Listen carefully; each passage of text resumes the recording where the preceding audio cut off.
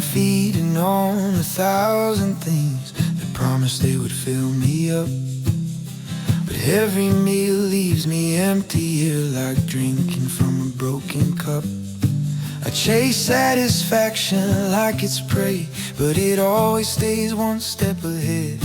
Until I heard you say the words that finally put my hunger to bed. I am the bread of life, he declared. Whoever comes to me will never go hungry again. Whoever believes in me will never be thirsty for what they've been searching for. They'll find in the end not temporary comfort or a moment's relief, but sustenance that reaches to the soul beneath. I am the bread of life, and I'm the only food you actually need.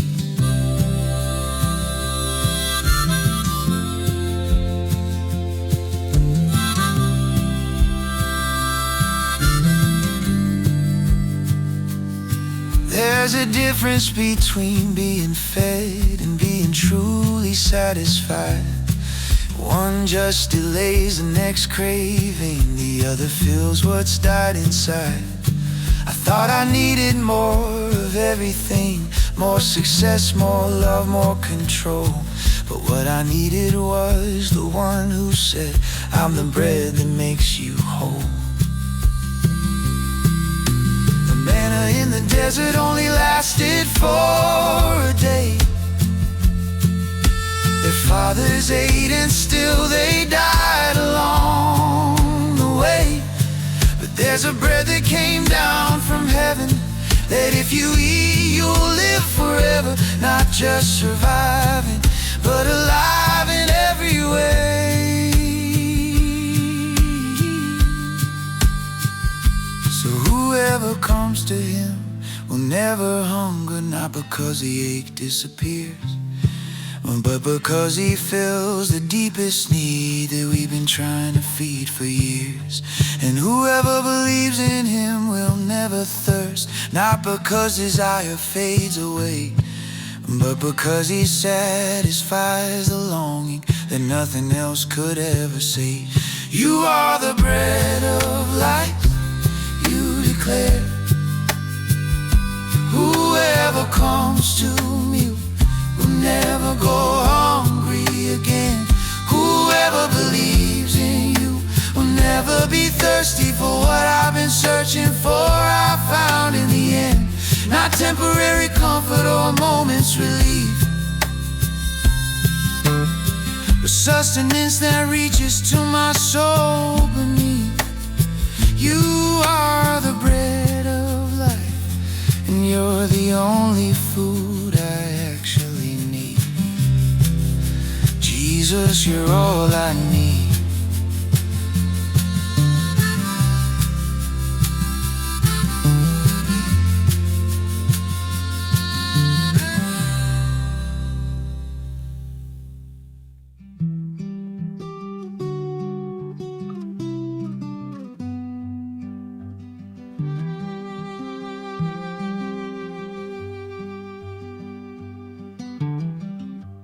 I've given pieces of myself to lesser things, scattered my affections like I had plenty to spare.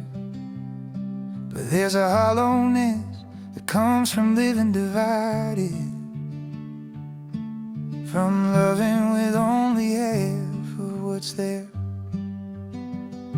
So I will love you, God, with all my heart, not just a part that feels safe to offer.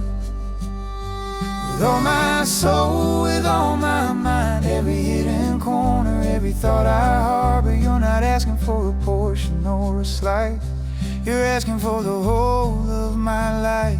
And I'm learning that you deserve nothing less than all of me.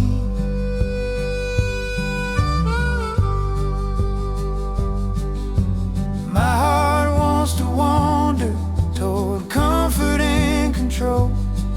my soul gets distracted by the noise. My mind tries to architect a safer kind of worship, where I still get to make the final choice. But what would it look like to love you undivided, to stop keeping something back just in case, to offer every beating moment of this fragile existence, trust you with the weight. With all my heart, the part that's learned to fear and hope. With all my soul, the depths I barely understand. With all my mind, the questions and the certainties both, I'm placing everything into your hands. I will love you, Lord, with all my heart, not just the parts that feel safe to offer. With all my soul, with all my mind, every hidden corner, every thought I harbor. You're not asking for a portion or a slice, you're asking for the whole of my life. And you deserve nothing less. You deserve nothing less than all of me.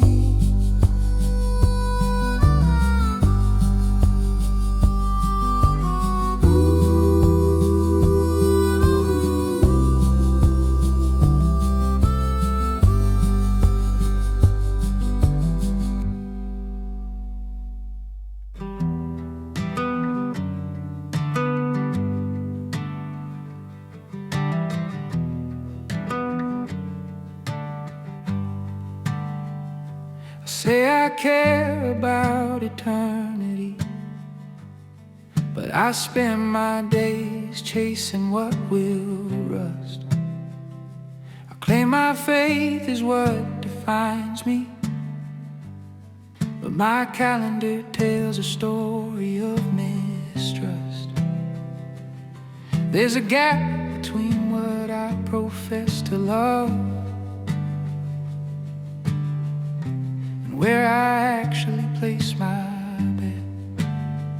Where your treasure is, there your heart will be. It's not philosophy, it's anatomy. Show me your bank account, your schedule, your dreams, and I'll show you what you actually believe. You can lie with your mouth, but your life tells the truth. Your heart always follows what you're devoted to.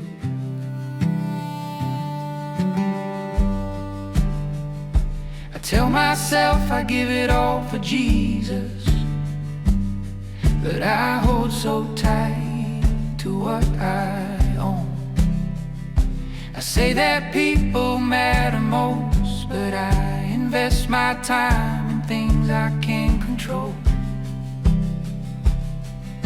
The treasure isn't always money, sometimes it's comfort, safety or applause. But wherever I'm hoarding and protecting, that's where my heart has set its claws. So where am I storing up my riches, in kingdoms made of dust and wood?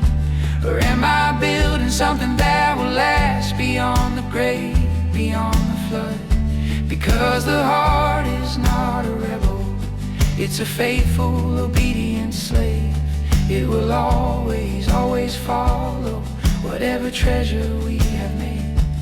There your heart will be also, not might be, not could be, will. It's a promise and a warning, a mirror that refuses to be still. So if I wanna know what owns me, I don't need to guess or wonder why. I just need to look at where I'm investing, and my heart's location will arrive. Where my treasure is, there my heart will be. It's not philosophy, Its anatomy, my bank account, my schedule, my dreams, they all reveal what I actually believe. I can lie with my mouth, but my life tells the truth. My heart always follows what I'm devoted to. So I'm choosing today where to store what I have, because wherever that is, my heart will be at last.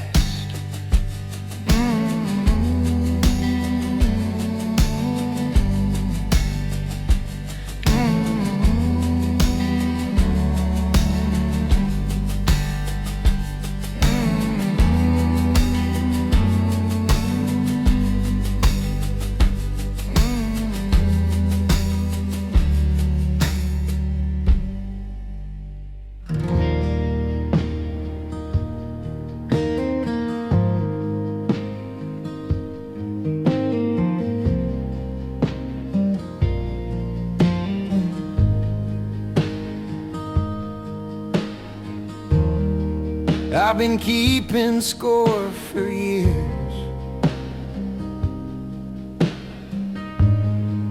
Every wound cataloged and filed, building cases in my mind for why I'm justified to stay hostile.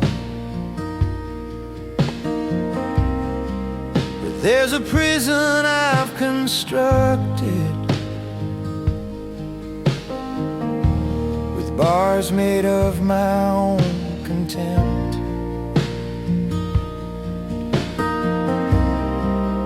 and the person I've locked inside it turns out to be myself. Forgive, and you will be forgiven. It's not a suggestion, it's the way things work. The mercy that you give away is the mercy that returns. You can't hold a grudge with one hand and receive grace with the other. The measure you use for them is the measure used for you in turn.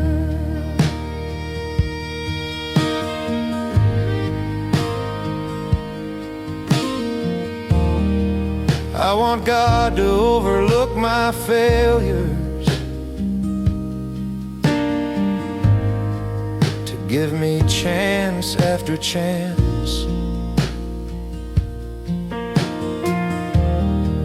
But when someone else falls short, I'm ready to make my final stand.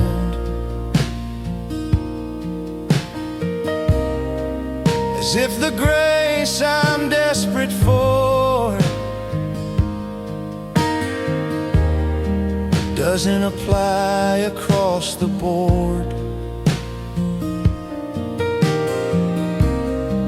As if forgiveness is for me, but judgment is what they've earned. There's a mathematics to mercy, an economy of grace. What I withhold from my offender gets withheld from me the same, because the heart that won't release is a heart that can't receive, and unforgiveness is a poison that only kills the one who drinks.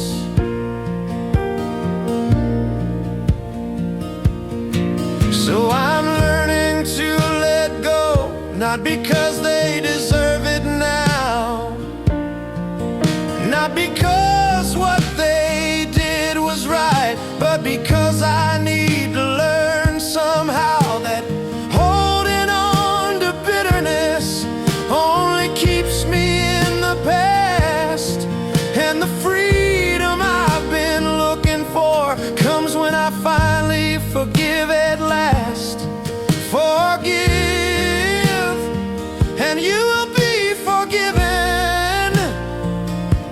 It's not a suggestion, it's the way things work. The mercy that I give away is the mercy that returns to me. I can't hold a grudge with one hand and receive grace with the other. The measure I use for them is the measure used for me in turn. So I choose to forgive, so I can be forgiven.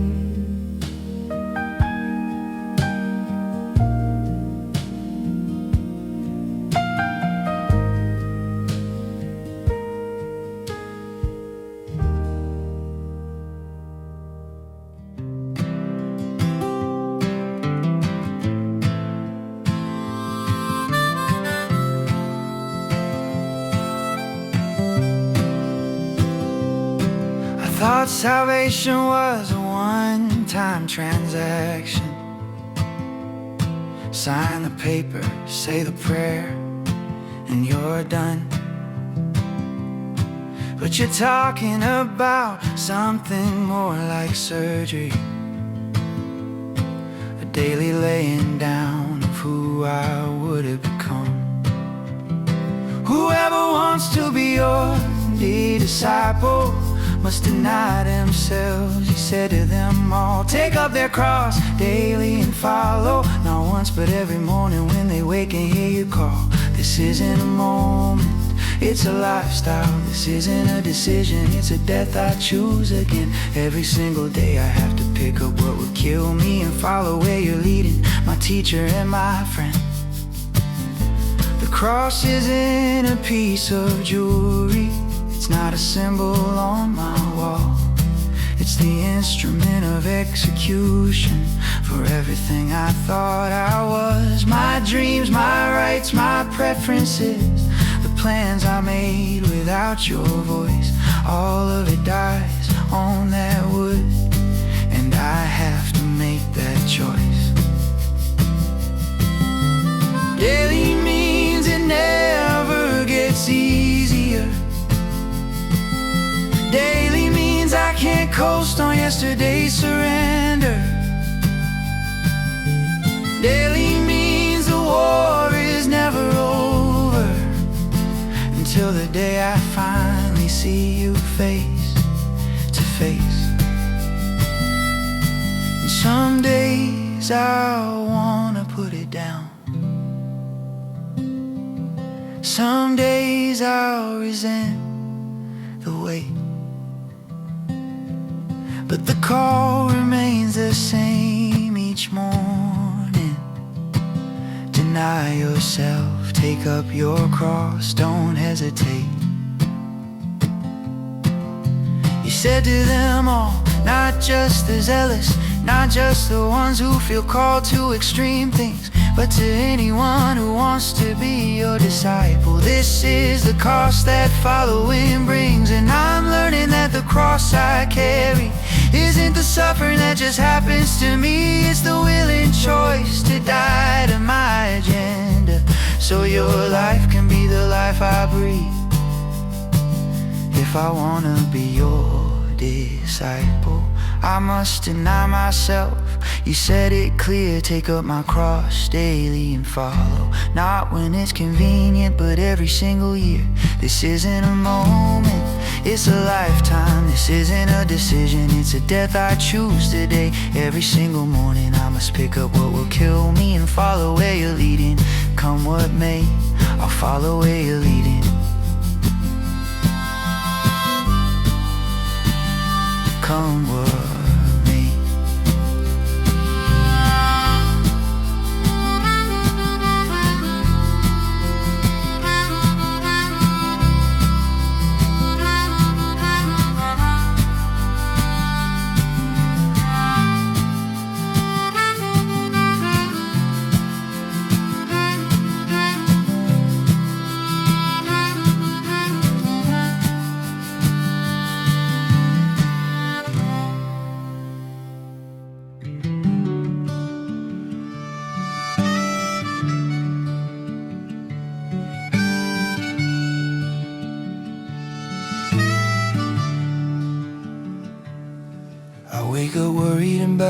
about tomorrow, what I'll eat and what I'll wear, how I'll pay for what I'm needing, if there'll be enough to spare.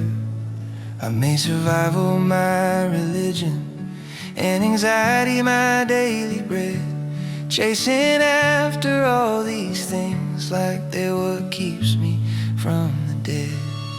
But seek first His kingdom and His righteousness, and all these things will be given to you as well. Stop building your life around your hunger. Stop building your hunger around what's eternal.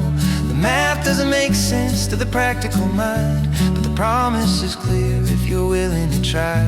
Put God at the top and watch everything else fall into place in time.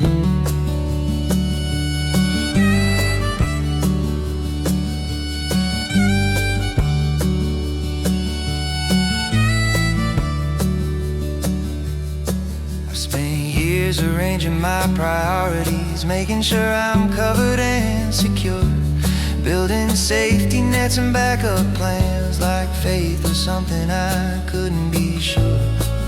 But what if I've had it backwards? What if the worry is the waste? What if seeking Him first is what puts everything else in its place?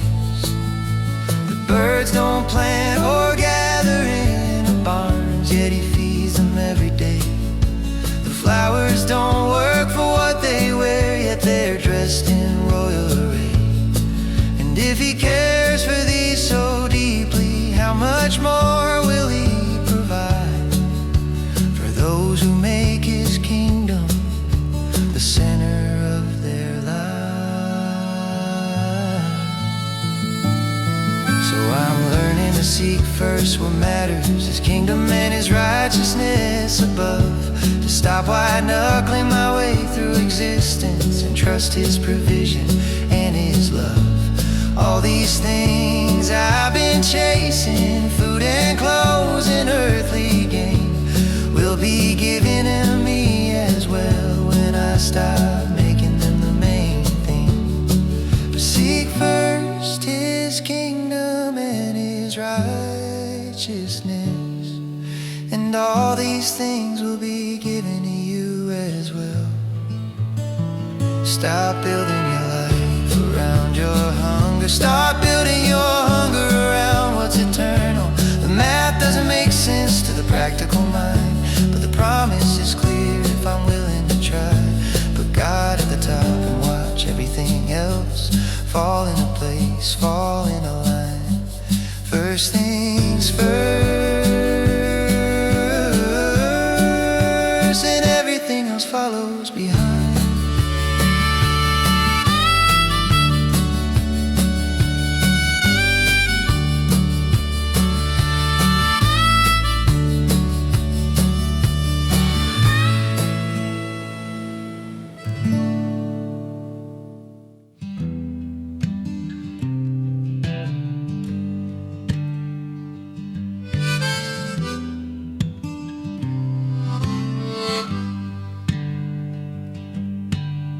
The old command said love your neighbor, but left a question of how much it was vague enough to hide behind, and selective enough to choose who to touch.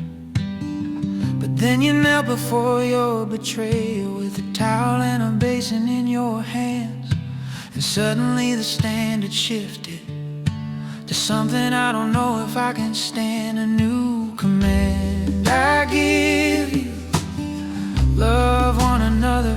But here's the twist: as I have loved you, so you must love like this. Not as you feel, not as they've earned, not when it's easy or returned, but as I have loved you. Sacrificial, unconditional, absurd. Love one another as I have loved you first.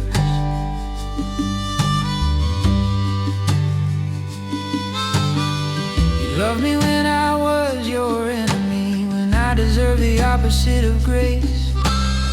You didn't wait for me to clean myself up before you took my place. And now you're asking me to love the same, the difficult, the hostile, the unkind, to measure my affection not by what feels fair, but by what you displayed when you died. This isn't love as sentiment or love as warm affection. This is love as action, love as willing self-rejection. It's washing feet that will walk away. It's breaking bread with the one who betrays. It's giving everything you have for people who will never repay.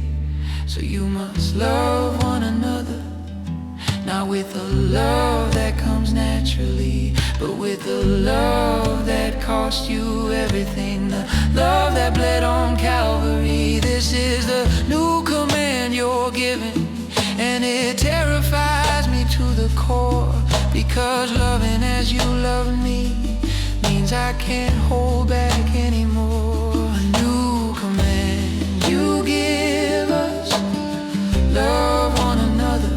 And here's the truth: as you have loved us, that's the measure we must use. Not as we feel, not as they've earned, not when it's easy or return, but as you have loved us. Sacrificial, unconditional, beyond words. Love one another as you have loved us first. As you have loved us first.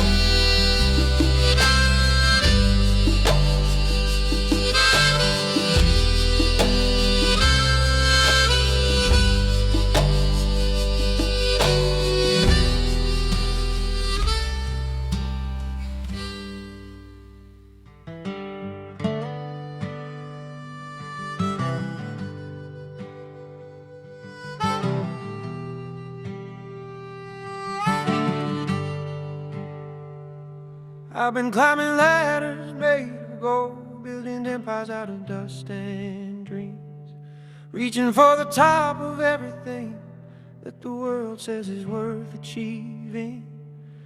But there's a question that I can't escape, that haunts me when the lights go down. What does it profit me to gain it all if I lose myself in the crowd? What does it profit a man gain the whole world and forfeit his soul to win every battle on every prize, but sell the one thing that makes him whole? You can have the kingdoms and the glory, every treasure that this life can hold, but if you traded away your soul for it, you made the worst deal ever told.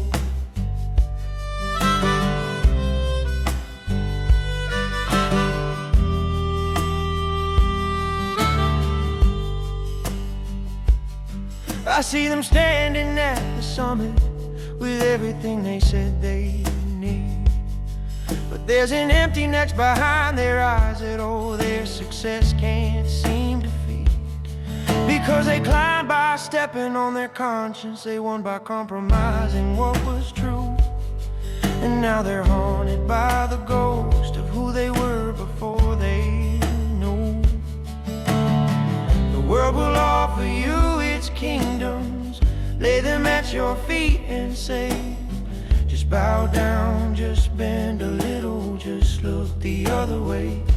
But what you gain will never satisfy the hollowness it leaves behind, because the soul is not for sale and some transactions can't be unwound. So what am I willing to trade? What price am I willing to pay?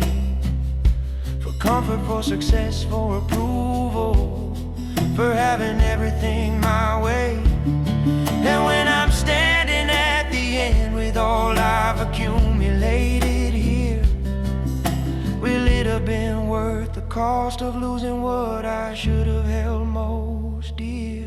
What does it profit me to gain the whole world and forfeit my soul, to win every battle, own every prize, but sell the one thing that makes me whole.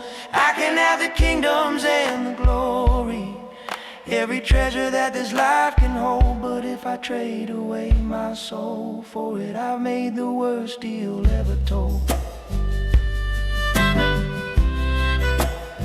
The worst trade I could ever make is giving up my soul.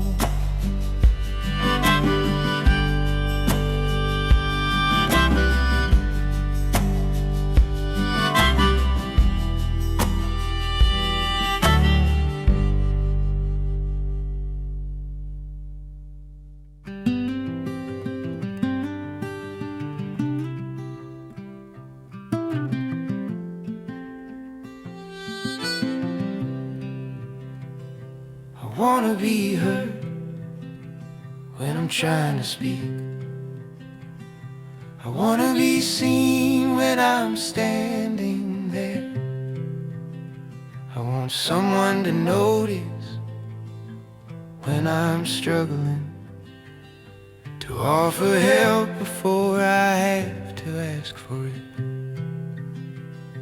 So I should listen when others are talking. I should see the ones I'd rather walk past. I should notice the weight they're carrying and offer my hands before they fall. Do to others as you would have them do to you. Simple arithmetic of the soul.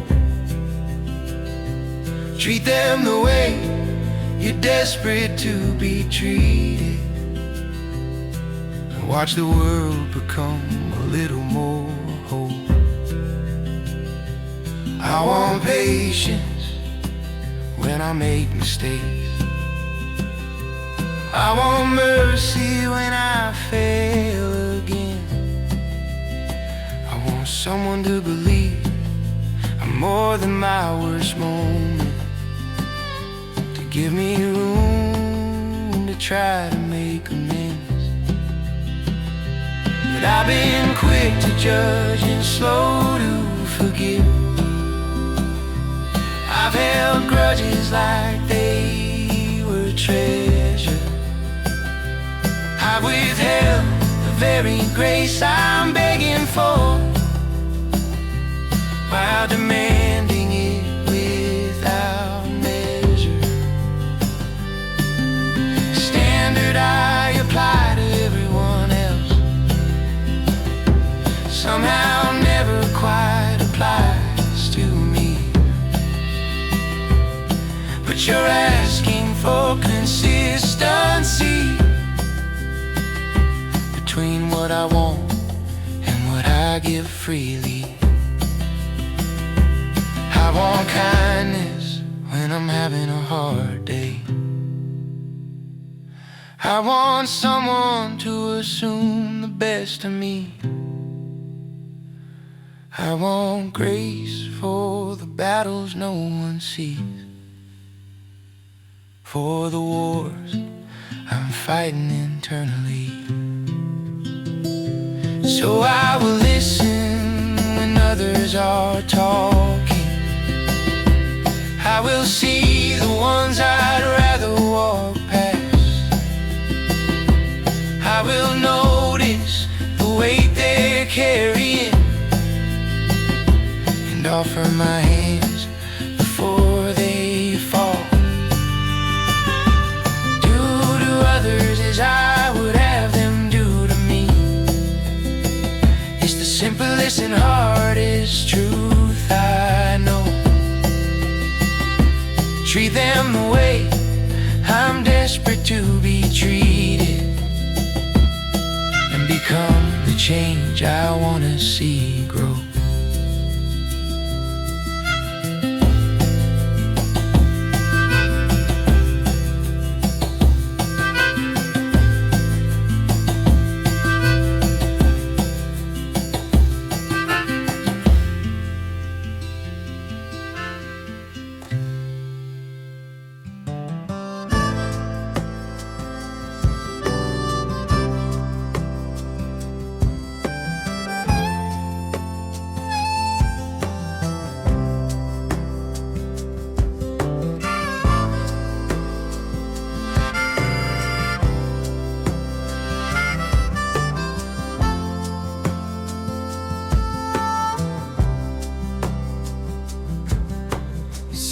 easy to say I love the God I cannot see, to sing about devotion in the safety of a song. But the proof is in the person standing right in front of me, and how I treat the ones I've known were difficult all along. The second is like it: love your neighbor as yourself, not as a theory or a sentiment, but in the way you actually help. The measure of my love for God is found in how I love the rest. If I can't see His image in their eyes, then I haven't learned the first thing yet. I've learned to love myself with grace, to forgive the worst of what I've done, to give myself another chance when I failed at being someone. But when it comes to those around me, I've been quicker with the stone, as if the mercy I afford myself doesn't apply to their own. You said the second is like the first, not separate but intertwined. That loving you and loving them are two sides of the same design. I cannot claim to worship you while refusing to see your face, in the stranger, in the difficult, in the ones I find hardest to embrace. So teach me how to love my neighbor with the kindness I give to myself, to see their struggles as my own, to want for them what brings me help. Because the second is like it, and I'm beginning to understand that the way I treat the least of these is the way I treat the great I am. The second is like it: love your neighbor as yourself, not as a theory or a sentiment, but in the way you actually help. The measure of my love for God is found in how I love the rest. If I can't see His image in their eyes, then I haven't learned the first thing yet. I haven't learned.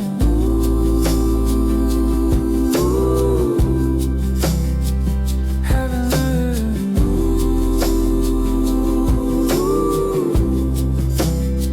Haven't learned.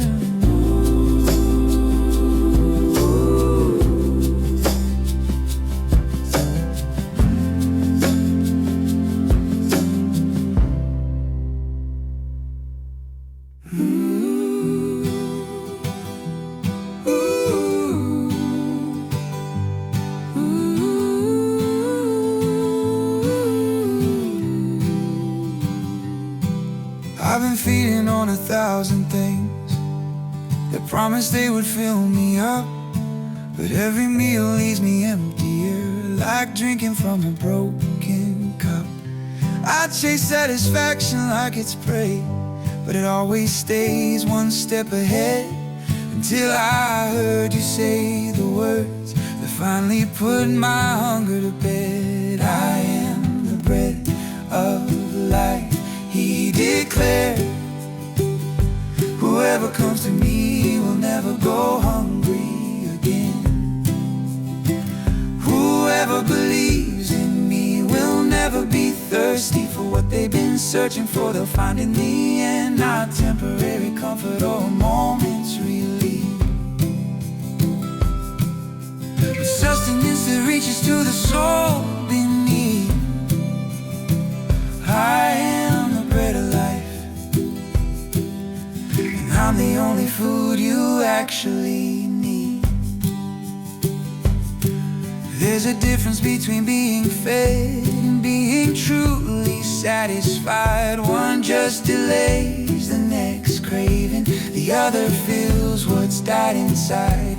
I thought I needed more of everything, more success, more love, more control, but what I needed was the one who said, I'm the bread that makes you whole. The manna in the desert only lasted for a day. still they died along the way. But there's a bread that came down from heaven, that if you eat, you'll live forever. Not just surviving, but alive in every way. So whoever comes to him will never hunger, not because the ache disappears, but because he feels the deepest need that we've been trying to feed for years. And whoever believes in him will never thirst, not because desire fades away, but because he satisfies the longing that nothing else could ever save. You are the bread of life, you declare. Whoever comes to you will never go hungry again. Whoever believes in you will never be thirsty for what I've been searching for. I found in the end, not temporary comfort or a moment's relief, but sustenance that reaches to my soul beneath. You are the bread of life, you're the only food I actually need. Jesus, you're all I need.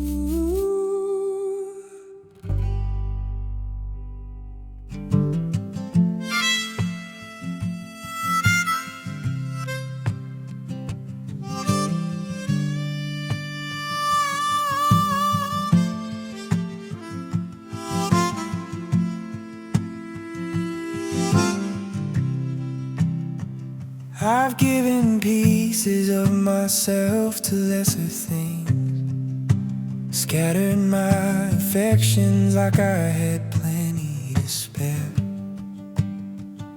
But there's a hollowness that comes from living divided, from loving with only half of what's there. So I will love you, God, with all my heart, not just the parts that feel safe to offer. With all my soul, with all my mind, every hidden corner, every thought I harbor. You're not asking for a portion or a slice, you're asking for the whole of my life. And I'm learning that you deserve nothing less than all of me.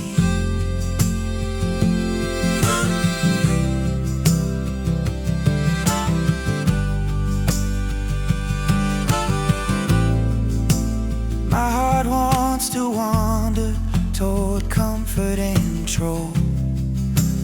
My soul gets distracted by the noise.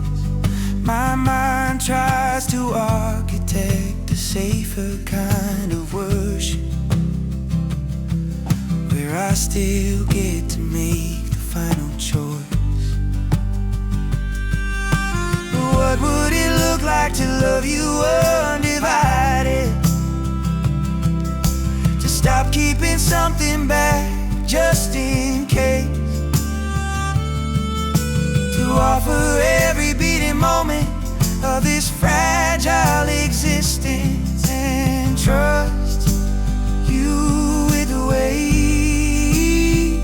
With all my heart, the part that's learned to fear and hope. With all my soul, the depths I barely understand. With all my mind, the questions and the certainties both. I'm placing everything into your hands. I will love you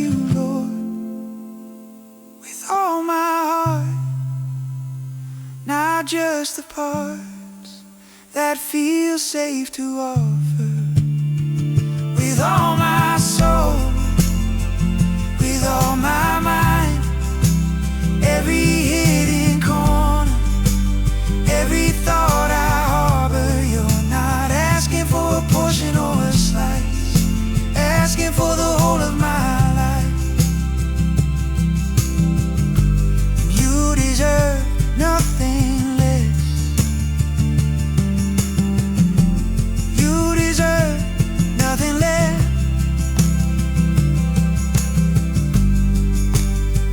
than all of me.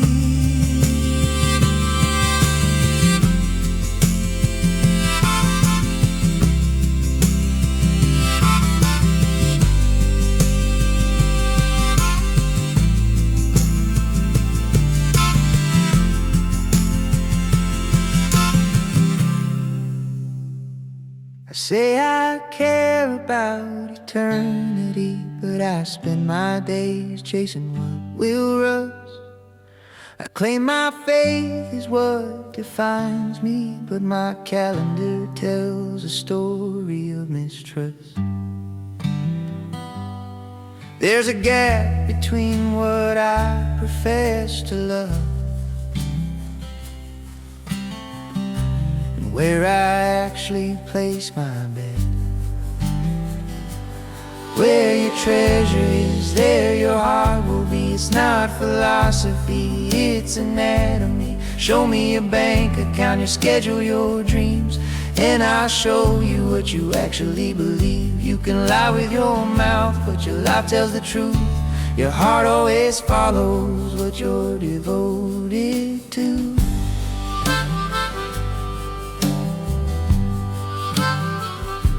I tell myself I give it all for Jesus, but I hold so tight to what I own. I say that people matter most, but I invest my time in things I can't control. The treasure isn't always money, sometimes it's comfort, safety, or applause. But wherever I'm holding and protecting, that's where my heart has set its claws. So where am I storing up my riches in kingdoms made of dust and wood? Or am I building something that will last beyond the grave, beyond the flood? Because the heart is not a rebel, it's a faithful, obedient slave. It will always, always follow whatever treasure we have made. There your heart will be also, not might be, not could be, will. It's a promise and a warning, a mirror that refuses to be still. So if I wanna know what owns me, I don't need to guess or wonder why. I just need to look at where I'm investing, and my heart's location will arrive. Where my treasure is, there my heart will be. It's not philosophy, it's anatomy. My bank account, my schedule, my dreams, they all reveal what I actually believe. I can lie with my mouth, but my life tells the truth. My heart always follows what I'm devoted to. So I'm choosing today where to store what I have, because wherever that is, my heart will be at last.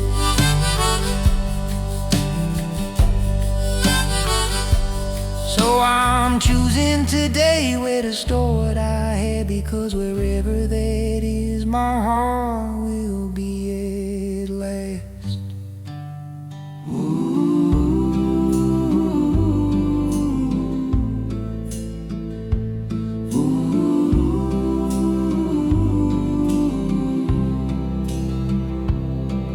I've been keeping score for years, every wound cataloged and filed, building cases in my mind for why I'm justified to stay hostile.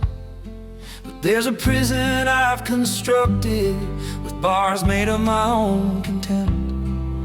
and the person I've locked inside turns out to be myself. Forgive, you will be forgiven. It's not a suggestion, it's the way things work. The mercy that you give away is the mercy that returns. You can't hold a grudge with one hand and receive grace with the other. The measure you use for them is the measure used for you in turn. I want God to overlook my failures, to give me chance after chance. But when someone else falls short, I'm ready to make my final stand. As if the grace I'm desperate for doesn't apply across the board. As if forgiveness is for me, but judgment is what they've earned. There's a mathematics to mercy, an economy of grace. What I withhold from my offender gets withheld from me the same. Because the heart that won't release is a heart that can't receive. And unforgiveness is a poison that only kills the one who drinks. So I'm learning to let go, not because they deserve it now, not because what they did was right, but because I need to learn somehow that holding on to bitterness only keeps me in the past. And the freedom I've been looking for comes when I finally forgive at last. Forgive, and you will be forgiven. It's not a suggestion, it's the way things work.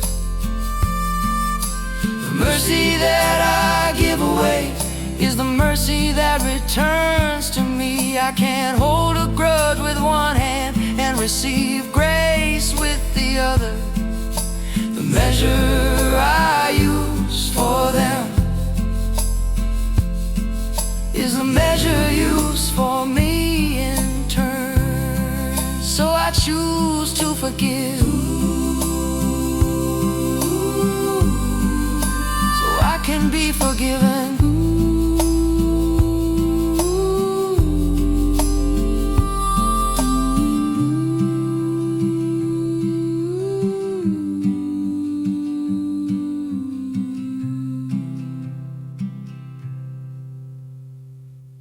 I thought salvation was a one-time transaction. Sign the paper, say the prayer, and you're done. But you're talking about something more like surgery, a daily laying down of who I would have become. Whoever wants to be your disciple must deny themselves, you said to them all. Take up their cross daily and follow. Not once but every morning when they wake and hear you call. This isn't a moment, it's a lifestyle. This isn't a decision, it's a death I choose again. Every single day I have to pick up what will kill me and follow where you're leading, my teacher and my friend.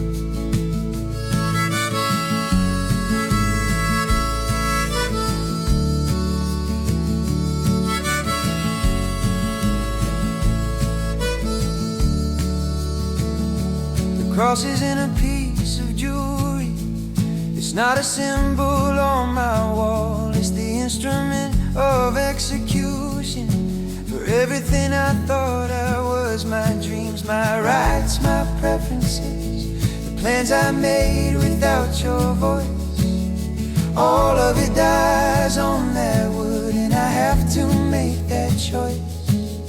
Daily means it never gets gets easier. Daily means I can't coast on yesterday's surrender. Daily means the war is never over, till the day I finally see you face to face. And some days I wanna put it down, some days I resent the weight, but the call remains the same each morning. Deny yourself, take up your cross, don't hesitate. You said to them all, not just the zealous, not just the ones who feel called to extreme things, but to anyone who wants to be your disciple. This is the cost that following brings. And I'm learning that the cross I carry isn't the suffering that just happens to me. It's the willing choice to die to my agenda, so your life can be the life I breathe. If I wanna be your disciple, I must deny myself. You said it clear. Take up my cross daily and follow. Not when it's convenient, but every single year.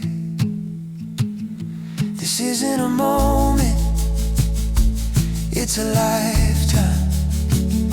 This isn't a decision, it's a death I choose today. Every single morning I must pick up what will kill me and follow where you're leading, come what may.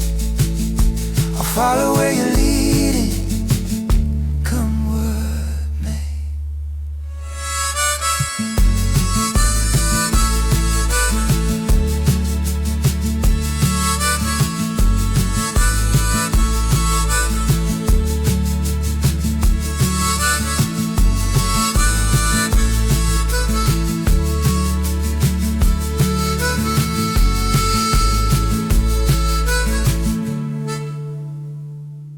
Wake up, worry about tomorrow, what I'll eat and what I'll wear, how I'll pay for what I'm needing, if there'll be enough to spare.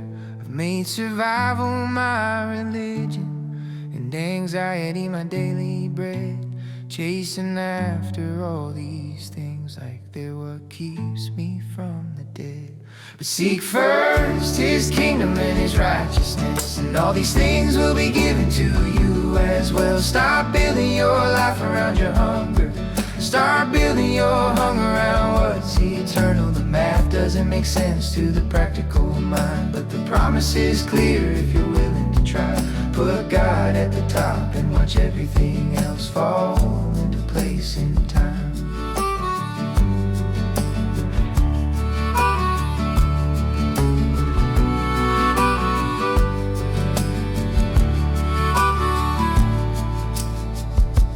I've spent years arranging my priorities, making sure I'm covered and secure, building safety nets and backup plans like faith was something I couldn't be sure. But what if I've had it backwards? What if the worry is the waste? What if seeking Him first is what puts everything else in its place? The birds don't plant or gather in the barns, yet He feeds them every day. The flowers don't work for what they wear, yet they're dressed in royal array. And if He cares for these so deeply, how much more will He provide for those who make His kingdom the center of their lives? So I'm learning to seek first what matters, His kingdom and His righteousness above, to stop white-knuckling my way through existence and trust His provision and His love. All these things I've been chasing, food and clothes and earthly gain, will be given to me as well when I stop making them the main thing. Seek first His kingdom and His righteousness, and all these things will be given to you as well. Start building your life around your hunger. Start building your hunger around what's eternal. The math doesn't make sense to the practical mind, but promise is clear if I'm willing to try. Put God at the top and watch everything else fall into place, fall into line. First things first, and everything else follows behind.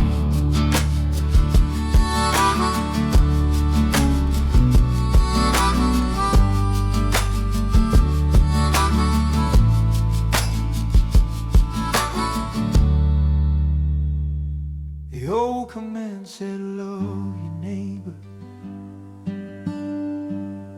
but left the question of how much.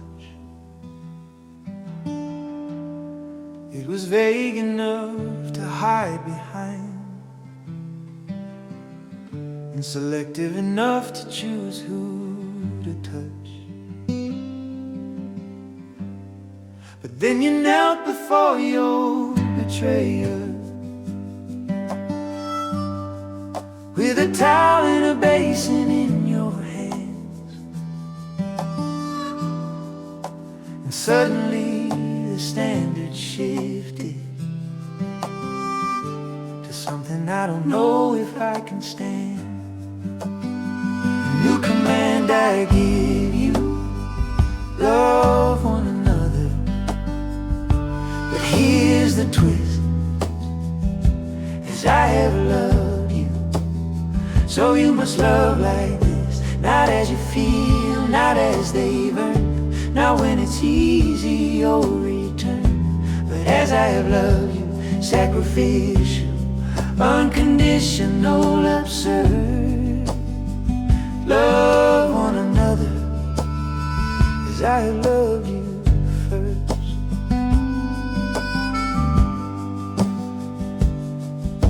You loved me when I was your enemy, when I deserved the opposite of grace. You didn't wait for me to clean myself up before you took my place.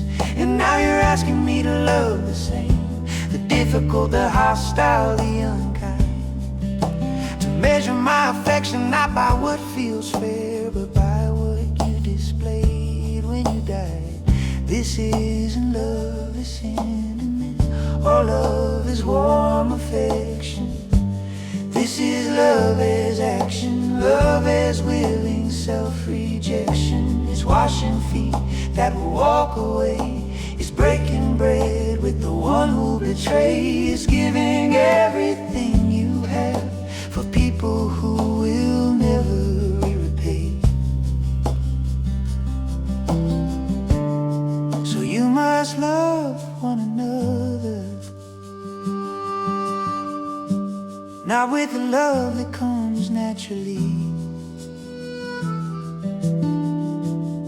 but with the love that cost you everything. The love that bled on Calvary. This is the new command you're giving, and it terrifies me to the core. Because loving as you love me means I can't hold back anymore.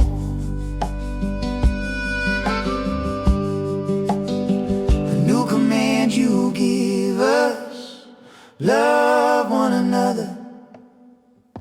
And here's the truth: as you have loved us, that's the measure we must use. Not as we feel, not as they've earned, not when it's easy or return, but as you have loved us, sacrificial, unconditional, beyond words.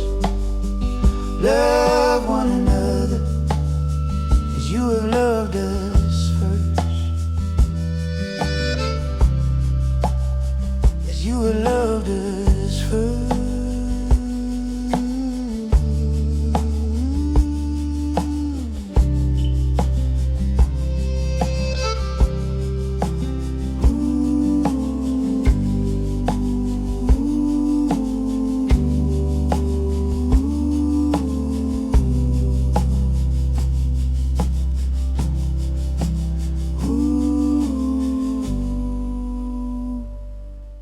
I've been climbing ladders made of gold, building empires out of dust and dreams, reaching for the top of everything that the world says is worth achieving. But there's a question that I can't escape, that haunts me when the lights go down. What does it profit me to gain it all if I lose myself in the crown? What does it profit a man to gain the whole world and forfeit his soul? To win every battle, own every prize, but sell the one thing that makes him whole. You can have the kingdoms and the glory, every treasure that this life can hold, but if you traded away your soul for it, you made the worst deal ever told.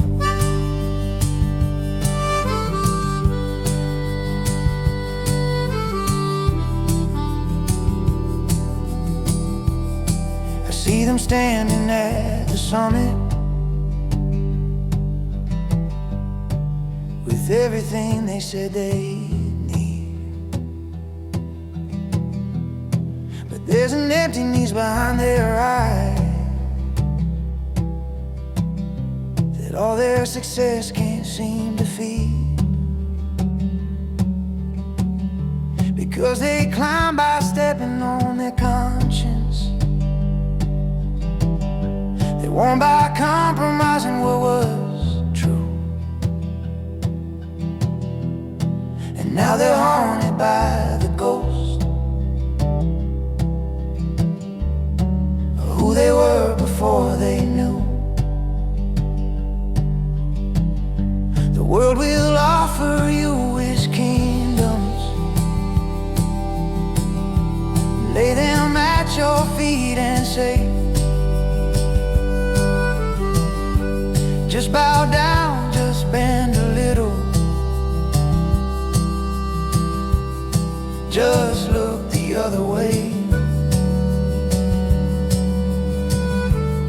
But what you gain will never satisfy. The hollowness it leaves behind,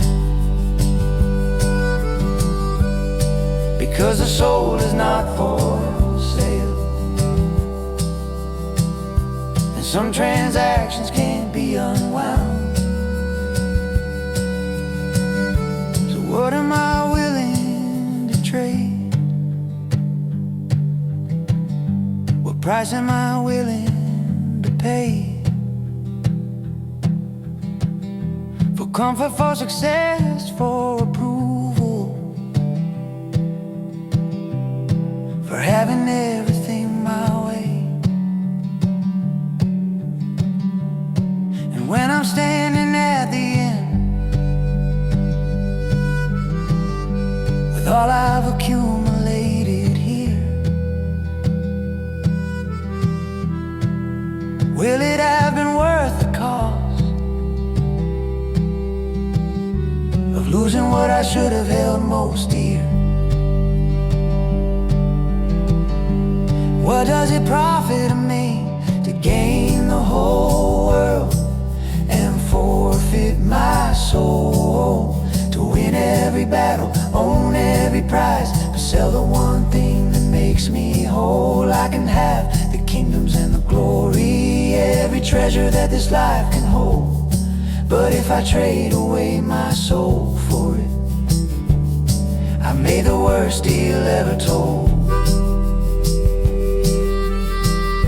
The worst trade I could ever make is giving up my soul.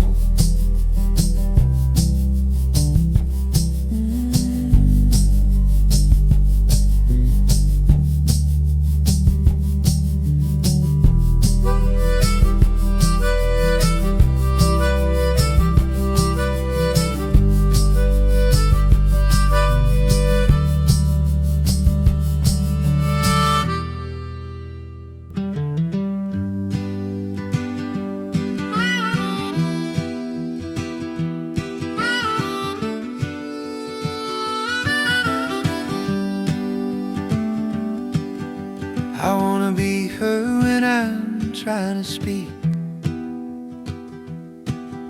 I wanna be seen when I'm standing there. I want someone to notice when I'm struggling, to offer help before I have to ask for it. So I should listen when others are talking. I should see the ones I'd rather walk past. I should notice the way they're carrying, and offer my hands before they fall. Do to others as you would have them do to you. The simple arithmetic of the soul. Treat them the way you're desperate to be treated, and watch the world become a little more whole.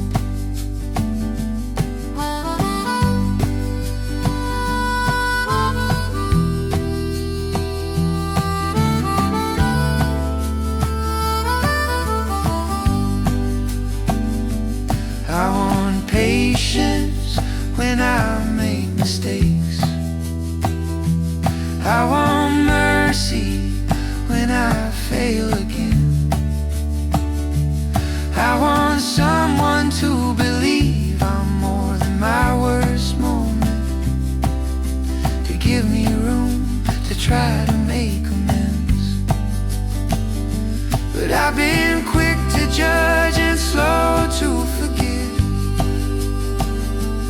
I've held grudges like they were treasure. I've withheld the very grace I'm begging for, while demanding it without measure. The standard I apply to everyone else somehow never quite applies to me. But you're asking for consistency between what I want and what I give freely. I want kindness when I'm having a hard day.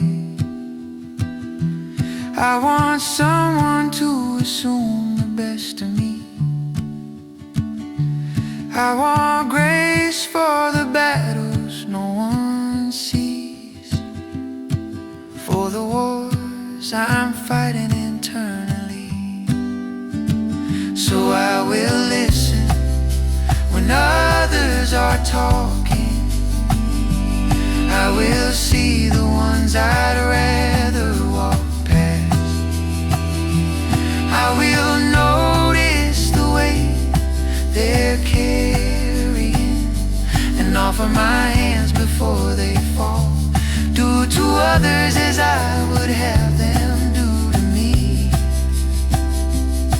It's the simplest and hardest truth I know.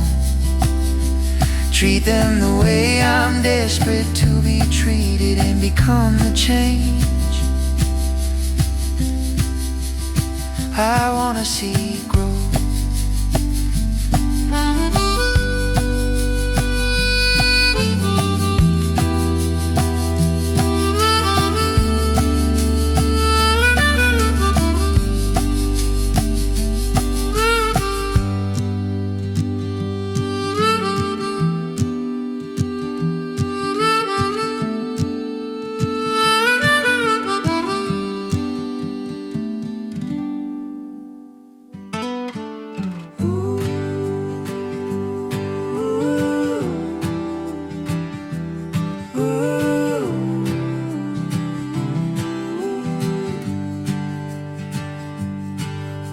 It's easy to say I love the God I cannot see, to sing about devotion in the safety of a song.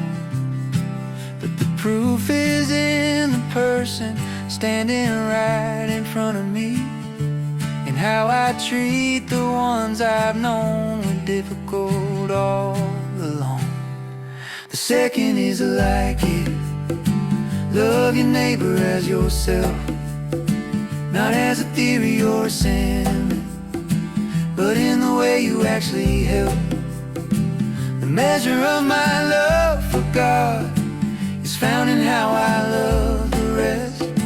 If I can't see His image in their eyes, then I haven't learned the first thing yet.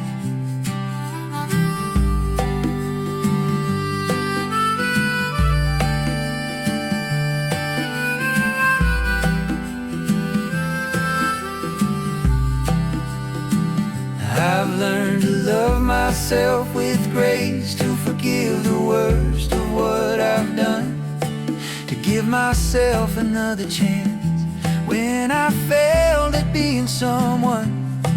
But when it comes to those around me, I've been quicker with the stone, as if the mercy I afford myself doesn't apply to their own. You said the second is like the first, not separate but intertwined, that loving you and loving them are two sides of the same design. I cannot claim to worship you while refusing to see your face, in the stranger, in the difficult, in the ones I find hardest to embrace. So teach me how to love my neighbor with the kindness I give to myself, to see their struggles as my own, to want for them what brings me health. Because the second is like it, and I'm beginning to understand that the way I treat the least of these is the way I treat the great I am. The second is like it. Love your neighbor as yourself, not as a theory or a sentiment, but in the way you actually help. The measure of my love for God is found in how I love the rest. If I can't see His image